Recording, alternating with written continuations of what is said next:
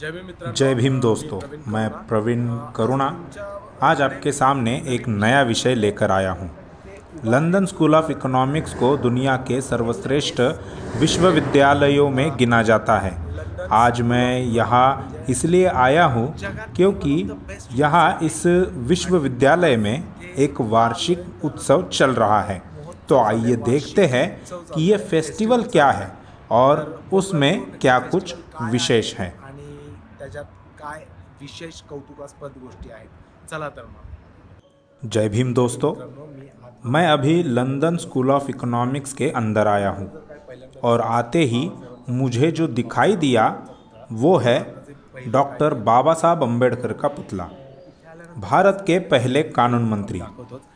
यहाँ आने के बाद हमें पता चला कि इनका जो फेस्टिवल चल रहा है उसमें इस इंस्टीट्यूट में पिछले 125 सालों में कुछ गिने चुने लोग जिन्होंने इनके देश और दुनिया के लिए मौलिक काम किया, ऐसे उनके छात्रों की जानकारी और उनके फोटो यहाँ पर लगाए हैं।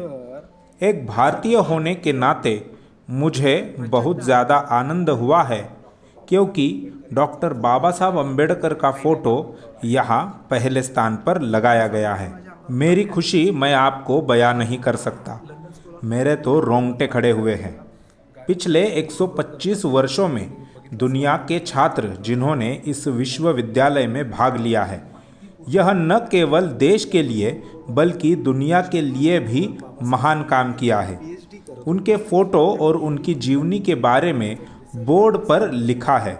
जब बाबा साहब यहाँ पीएचडी कर रहे थे और उन्होंने एक रिसर्च पेपर भी पेश किया था जिसका नाम है द प्रॉब्लम ऑफ रूपी।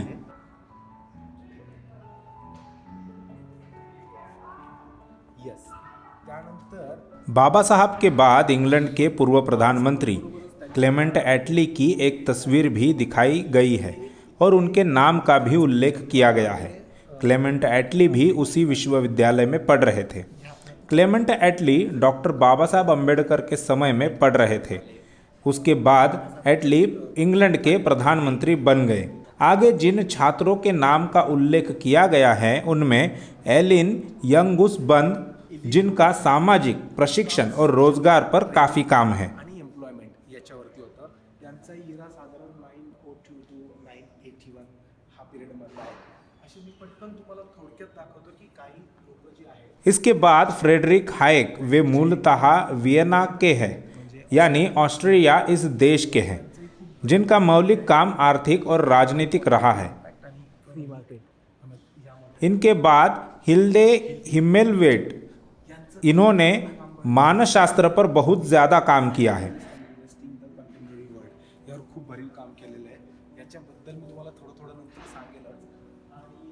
उसके बाद कार्ल प्रॉपर, उनका ज़्यादातर काम फिल्म और साइंस को लेकर है।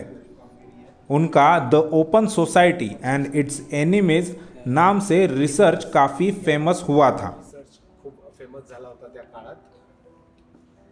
एक और महान हस्ती विलियम आर्थर लेविस, जिनका कालखंड बाबा साहब के 20 साल के बाद है। इन पर भी बाबा साहब का प्रभाव था ऐसा देखा जा सकता है, क्योंकि उनका भी यही कहना था कि गरीबी पैसों की नहीं होती बल्कि जानकारी और ज्ञान की होती है, जो बाबा साहब का भी यही कहना था। पैशामुळे श्रीमंती येत नाही, श्रीमंती खरं येते नॉलेज मुळे। आणि बाबासाहेबांचं कुठंतरी हेच म्हणणं होतं। मी तुम्हाला रिक्वेस्ट करतो पुन्हा एकदा आपण त्या जागेवर जाऊया। तर हां, बिफोर वी गो देयर, ये है लंदन स्कूल ऑफ इकोनॉमिक्स की गैलरी और उनके पर्सनालिटीज़ एंड प्रोग्रेस। इनकी हेडलाइन है शेप द वर्ल्ड, यानी दुनिया के लिए हमारे यहाँ पढ़ने वाले छात्रों ने क्या किया, इसकी जानकारी देने के लिए इस प्रकार के फेस्टिवल का आयोजन किया जाता है।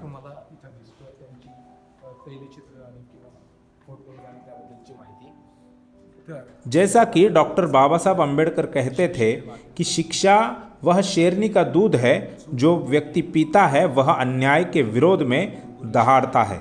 इसलिए मैं तमाम लोगों से आह्वान करता हूँ कि अपने बच्चों को पढ़ाए, ये आदर्श अपनी आंखों के सामने रखें, चाहे कुछ हो जाए। लेकिन शिक्षा बहुत ज़्यादा ज़रूरी है। आपके बच्चों के सामने बाबा साहब का आदर्श हमेशा होना चाहिए। आणि एवढं बोलून मी थांबतो.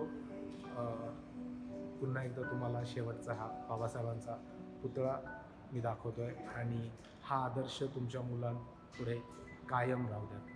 जय भीम, जय भारत.